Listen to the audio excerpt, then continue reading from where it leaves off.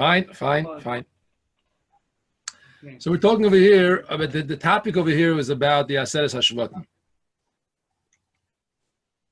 Fascinating topic. And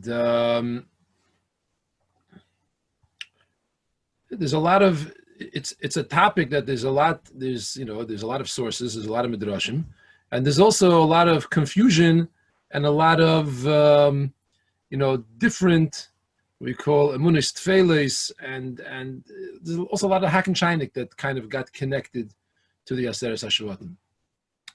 Let's begin at the beginning. Who are the Aseres HaShvatim? So we know that, I'm trying to move this a little bit. We know that there were 12 Shvatim, and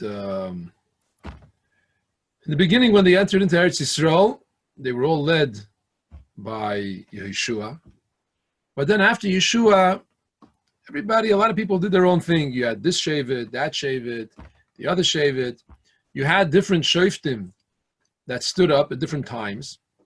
But even though they were like the Shofet of that time, it seems like they were located, they were connected more to a particular Shevet, the Shevet that they were connected to. Lav dafki, everybody listened to them. Sometimes people didn't listen to the Shevet. Sometimes Shimshon Lamashal is Don Yodin Amoy Ka'achat Shifta Yisrael. He was a Shevet at Pashat, in charge of all the Yidden. They all listened to him. But not every single Shevet had the same level of control, the same level of power. Eventually, with Shmuel HaNavi, anointed Shaul became the king of the Yidden. That was Ma'achid, all Klal Yisrael under one king. Say all 12 Shvatim under one king.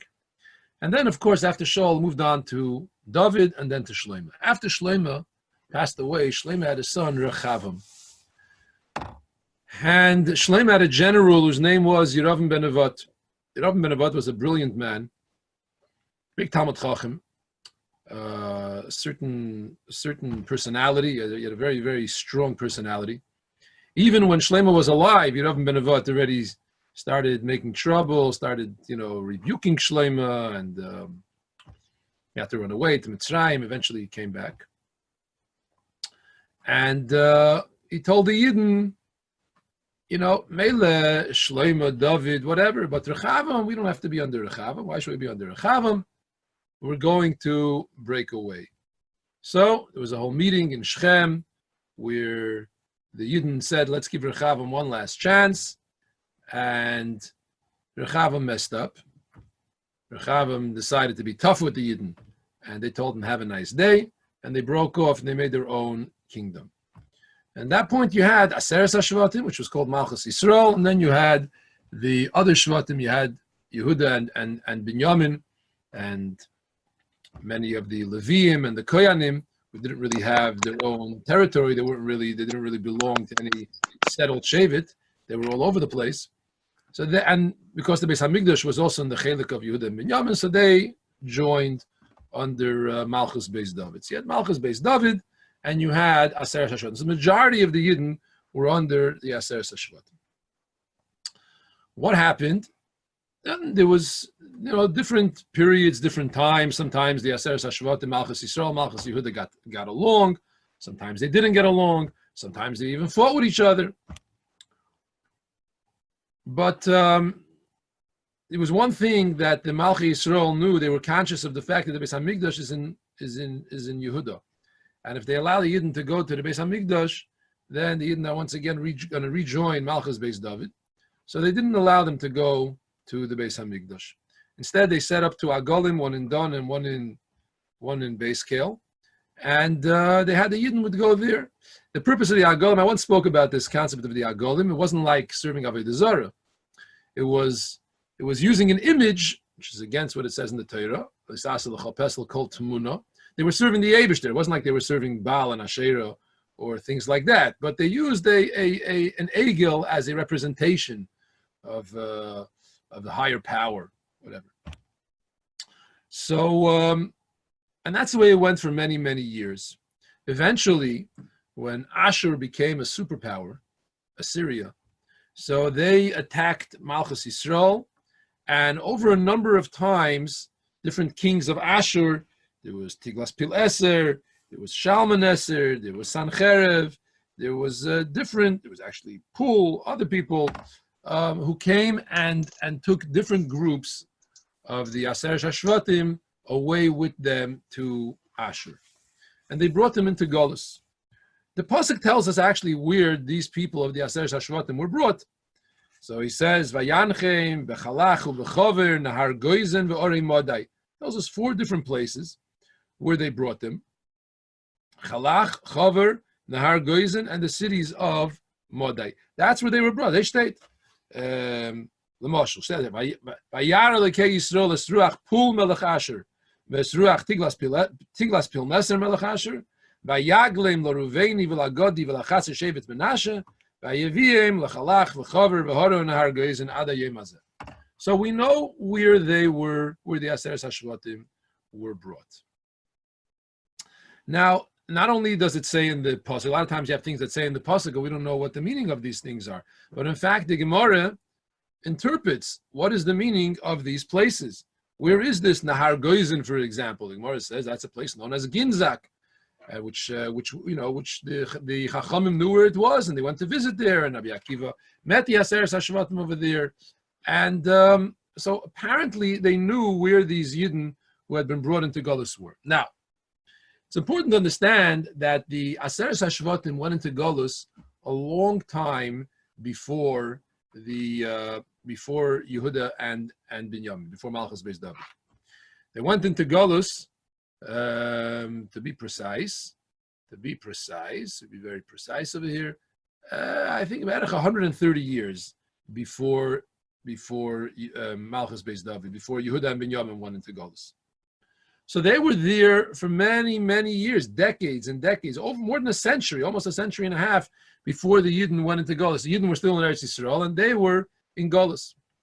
So you have to understand that the Aseres HaShvatim did not all stay in Golus for 130 years. There were many of the Aseres HaShvatim who came back and rejoined Yehuda. In other words, this that we say, L'moshel, in Nisan, Shebe'im ani avdecha mishevet so-and-so, and everybody wants to know if it's just Yehuda and Binyamin, we're not from the Aseres HaShvatim, how is it possible that I'm from some other shevet? So of course there's a concept of Ibur, that's why even a Levi or a Kohen says it, but in a Pashta Oifen, there's Pashat many of the other Aseres HaShvatim that came back, that rejoined the Yidden at various points in time. In fact, in times of Chizkiah, which was when the Aseres HaShvatim went, when the final group of the Aseres HaShvatim went into Golus with Hoshea ben Elah, the final kings of Malchus Yisrael. So the pasuk says very clearly that there were a number of people from Yisachar and from Zvulun and from Menashe and Ephraim who came back and rejoined and celebrated together with the Yidden in Eretz Yisrael, and they rejoined their brethren in Eretz Yisrael. And I'm sure that over time there were other groups and weiter groups and so on. So certainly all of the Aseres HaShvatim did not just remain there and forever. A lot of them came back over the time. Now, we have to realize that the Aseres HaShvatim went into Golus 130 years earlier than Malchus Beis David. Why is that? It's not because they were tzaddikim. Adarab, like we said, they served the Agolim in Dan and in Beis Kel, and they had other different averes, Hashosim and Mizr Keyayin, other different things that they did. All of the different teichaches that the Nevi'im said to them. It wasn't because they were pashat full of tzidkis. So again, we have to realize who these people were. A lot of them served Avodah Zarah, and so on. So garnished, and they went into Golus. And in fact, there's a machloikis among the Tanoim what ended up happening to them and what will end up happening to the Aseres HaShvatim. So there's the Gemara over here, Gemara in Sanhedrin. Shteit hazeh. Rabbi Akiva says, Aseres HaShvatim einam asidin lachzer mimkoim golusin. They ain't coming back. What does that mean, they ain't coming back? A lot of them came back already. The Eibishter wanted to have 12 Shvatim. The 12 Shvatim will never be in his battle. There's no question about it. When the Yidden made this whole war with Shevet Binyamin, it came in the end. There was the 400 people left. They didn't want to destroy them because they said if the Eibishter, would want Binyamin to be destroyed, he wouldn't put his name on the Choshen. Obviously, the Eibishter wanted that this Shevet should remain. The Eibishter wanted that all the Shvatim should remain. So when he says that the Asher Shvatim are not coming back, it means the ones who went into Golus, the ones who stayed into Golus, and they got mingled into the Goyim. They got lost. They got lost among the nations. They became assimilated, like unfortunately many Yidden throughout the centuries. He brings a raya from a pasuk, "Vayashlichim el eretz acheres kayoyim hazeh." The pasuk says the Eibishter cast the Yidden away, talking about the Aseres Hashvatim, kayoyim hazeh. Ma hayoyim holich ve'eni chayzer, just like the day passes and doesn't come back. Afhem hoichim ve'enam chayzer. So too they don't come. This is the opinion of Rabbi Akiva. Rabbi Eliezer says, kayoyim hazeh. Ma hayoyim mafilu meir, af Aseres Hashvatim. Just like the day, it gets dark and then it comes light again, so too the Aseres Hashvatim, even though it was dark for them, the Eibishter is going to bring them back in the time of Mashiach. Okay. Fine. There's a Gemara weiter in Masechta Sanhedrin, who brings a Braisa. The Aseres Hashvatim, if they have a chelik in Elam Haba. See, we're not dealing over here with tzaddikim. If we have a discussion, these people have a chelik in Elam Haba, we're talking over here about people that there's a suffix about it, even if they have a chelik in Elam Haba, but obviously not such great tzaddikim, right? So Rabbi Akiva says, no, they don't have a chelik in Elam Haba. They got lost, they became intermingled, they became assimilated. Elam chelik in Elam Haba. Rabbi Shimon ben Yehuda, Ish Kfar Aku, says in the name of Rabbi Shimon ben Yechai, he says like this, Im Maseim Kayem Hazeh Einon Chayzrin. The imlav chayzrin is a possibility for them to come back. If they do tshuva, they'll come back. And the Rebbe says, no, they'll for sure come back. Boyim heim le'lam haba shenemar, bayoymahu yitoka b'shefer godil, ubo oivdim be'eretz asher. Who's the oivdim be'eretz asher? That's the Aseres Hashvatim. Like we said, they were brought into Golus in Eretz Asher. Fine. So this is now what happens in the stories that you all know, that you all heard, that you all whatever, is that the Aseres Hashvatim are this people. They have their own kingdom. They are on the other side of the Sambatian. They're protected. They have peace. They have no wars. Nobody fights with them. They're living the dream. For the last 2,000 years, they're living Pashit, Geshmak life of Torah and mitzvahs, etc. They're waiting until the time is going to come when they can come out and save us, help us. When Mashiach comes, that's Hashvatim are going to come back and help us. They're waiting with their armies to come out and save us. We have to understand, with what were they zoiche? These people were even Avodah Zarah, suffix if they have a chelik ne'elam haba. Even Rabbi says, yeah, they have a chelik ne'elam haba, but even there it's Asher. So they're waiting to save us Yidden who were in Galus, who suffered for thousands of years, who are from Shevet Yehuda and Binyamin, who are doing Torah and mitzvahs. So these are the people, the Avodah Zarah, they're going to come and they're going to save us, and they're busy. What's going on over here? So we have to understand, that really there's a number of midrashim who talk about different groups of the Aseres Hashvatim, and different groups of Yidden Bichlal who were brought into Golus. There's a Medrash Bereishis Rapsi. It's not Bereishis Rabbah. Medrash Bereishis Rapsi of Rav Moshe Adarshan, where he brings he's masbir that there are different groups of people. There were different groups, and there was one group of the people who went into Galus who came to the other side of the Sambatian. Who is this group? This is a group of Levim, from the Bnei Moshe.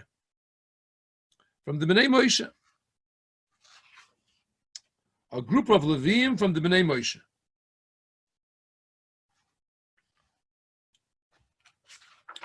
The Bnei Moshe, it says like this. The Eibishter said to Moshe Rabbeinu, let me destroy the Yidden. Ve'ese oischa legoy gadol. Right? I'm going to make you for a big nation. So there's a Targum Yonasan ben Uziel. Targum Yonasan ben Uziel. And the Medrash Bereshis Rapsi, which is Mefared, gives a lot more details to what's going on. Targum Yonasan ben Uziel says like this. Ve'omar. The Eibishter said like this. Ho'ano goizer kiyom de lo eshlachif am hodein be'am ochron. Eibishter said, Hine anoichi koiris bris. Right? I'm making a bris with you. I did whatever you said. I shouldn't destroy the Yidden. I'm not going to destroy the Yidden. However, Beram, minoch yipkun uchlusin de tzadikin, kvil kol amoch evet prishon. When the Eibishter said, Hine anoichi koiris bris, neged kol amcha esen niflois, I'm going to make miracles to amcha, to your people. What's going on? The Eibishter is talking to Moshe Rabbeinu. He says, Moshe, I'm going to make a nation of people come out of you. That's Amcha. That's your people, your children, your descendants. Minoch yipkun uchlin tzadikin. There's going to be a group, many people of tzadikim. And kvil kol amoch ebit prishon lohoin. Bisman di Yehochen b'shviyos al naris bavel, and I'm going to do miracles for them when they go into Golus al naris bavel. Ve'alei misham ve'ashkinei ve'islikinun mitamon ve'ashrinun min legavel in har sambatin. I'm going to take them from there, from the rivers of Bavel, and I'm going to put them on the other side of the Sambatin. Targum Yonasan ben Uziel. Targum Yonasan ben Uziel on Chumash is really called Targum HaMeyuchas LiYonasan ben Uziel. Lav dafka that it's actually, we call it Targum Yonasan ben Uziel. The real Targum Yonasan ben Uziel is a Targum on Nevi'im. That's called Targum Yonasan ben Uziel. The Targum HaMeyuchas LiYonasan ben Uziel is really Medrash Eretz Yisrael. But I'll call upon him as a state Dorten that there's a group of people from the Bnei Moshe. The Eibishter says, I'm going to take them, the time when you didn't go into Golus Bavel, this was at the time of the Churban, I'm going to take them and I'm going to bring them on the other side of the Nahar Sambatim. So the Medrash Bereshis Rapsi explains what happened. And he's masber like this. When the Yidden went to Bavel, they came to Nahar Pros, as it says in the capital Al Naris Bavel, Sham Yoshavnu. And the Goyim said to the Leviim, stand up before our Avodah Zarah and sing Shiur. So the Leviim said, idiots. He said, if we would have praised the Eibishter for all the nissen that he did for us, we would have never have gone into Golus. Right? Now we're going to say Shira for your Avodah Zarah. So the Goyim went and killed many, many, many of them. But even though they killed them, nevertheless, they made tilim, mounds and mounds of dead Leviim. Nevertheless, they were happy. The Simcha was so great from the fact that they did not serve Avodah Zarah. That's what it says, V'soilaleinu Simcha. Even though we had toilaleinu, tilim, mounds, Rachmana litzlan, of dead people, we were still rejoiced. What did the Leviim, the remaining Leviim, do? They cut off their thumbs. So like that, when the Goyim came and asked them to play the song, they said, Eich Noshir, how can we play? It's Shir Hashem, we can't, we don't have the thumbs. When it came night, a cloud came down, covered over them, their wives, their sons and daughters. The Eibishter brought the Amud HaOnon and the Amud HaEish that was there in the Midbar, and he brought them behind the river of Sambatien and locked them up that nobody should be able to get to them. So here we have already a whole different picture over here. Here we have already a picture over here of people that are tzaddikim, that are Bali Mesiris Nefesh, that were Meiser Nefesh, and so on. They even cut off their thumbs.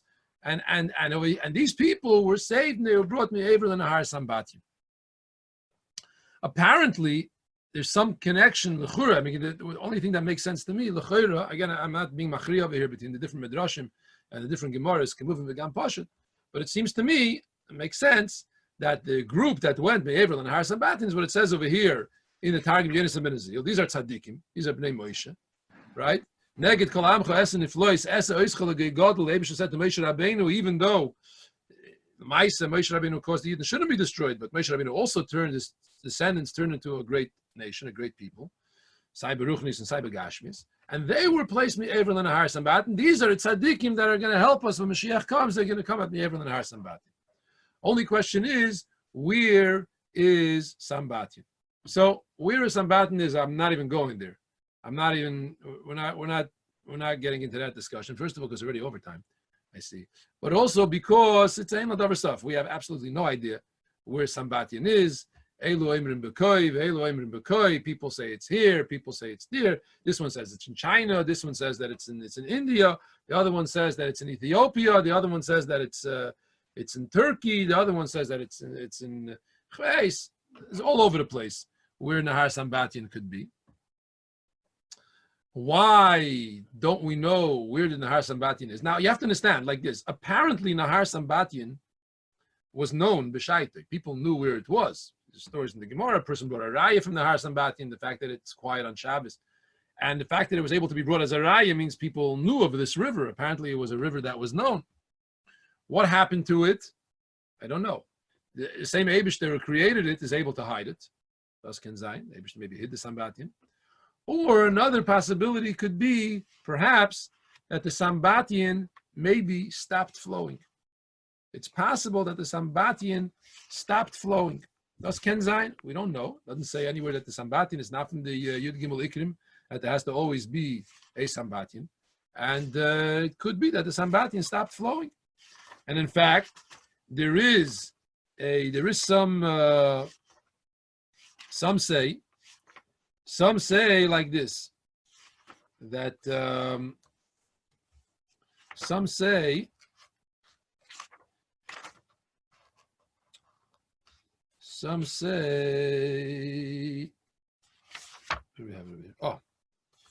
the letter that the Rabboni Yerushalayim sent to the Yidden in Bagoilo, in the diaspora, in the year Reish Tes Zayin.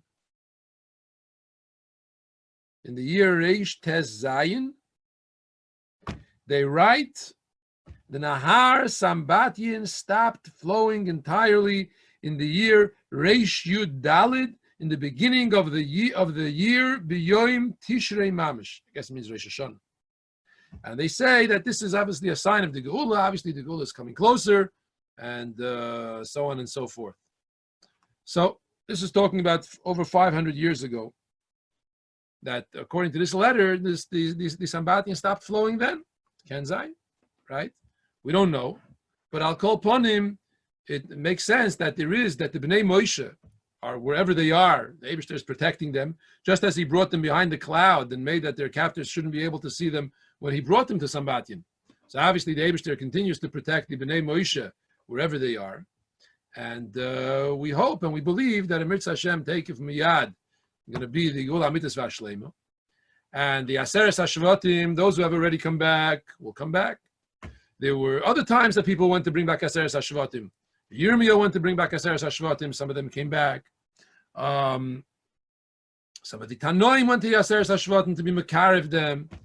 And some say that Bechlal, there's times that there's people who are on Esgayer because they have a b'sa nitzutz, and so it's possible, al kolponim, that they also come from, that there's some Yiddish blood which is mixed into them, perhaps from the Aseres HaShvatim. And they're also coming back, but al kolponim, we know for sure that va'atim teluk tu le'echad echad b'nei Yisrael, the Rebbe always said, that no Jew will be left behind. The Eibusha is going to take every single Yid by the hand, and he's going to bring them back to Eretz Yisrael. We know that this includes whatever of the Aseres HaShvatim that there is. I was just watching on Lag B'Omer. They had this program in Australia. It's called 18 for 18. The 18 minutes, they got whatever. They wanted to have 18,000 Jews in Australia watch it. They had over 40,000 Yidden watching this program in Australia. It's a short 18-minute program and different things. The Babich program. And there's these different people, Frei Yidden, who started doing this mitzvah, that mitzvah. This one woman says she just discovered that her mother's mother lit Shabbos candles. So she's obviously a Yid. So she started reconnecting.